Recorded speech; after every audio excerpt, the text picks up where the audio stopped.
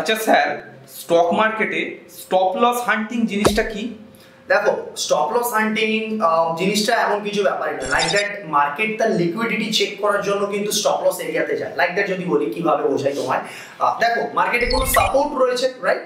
And কিছু persons থাকে না যে আমার ওই সাপোর্টের তলায় এসএলটাকে লাগিয়ে রাখে, এন্ড কিছু পারসনস থাকে লাইক দ্যাট মার্কেট ধরো সে ট্রেড নিয়েছে, তার এগেইনস্টে যাচ্ছে, তার একটা রেজিস্ট্যান্স লেভেলের উপরে সে তার এসএলটাকে লাগিয়ে রাখে। তো মার্কেট কি করে, এই লিকুইডিটি চেকের জন্য সে কি করে ওই এসএল কি ওই যে সাপোর্ট বা রেজিস্ট্যান্স যেটা ও লাগিয়ে রেখেছিল বা যেটা সকলে দেখতে পাচ্ছিল যে this is the logical support and this is the logical resistance, এই যে এরিয়াটা সবাই দেখতে পাচ্ছিল ওই এরিয়াকে ব্রেকআউট বা ব্রেকডাউন করে দেয়। আলটিমেট কি, মার্কেটে ধরো তুমি ট্রেড করছো, রাইট?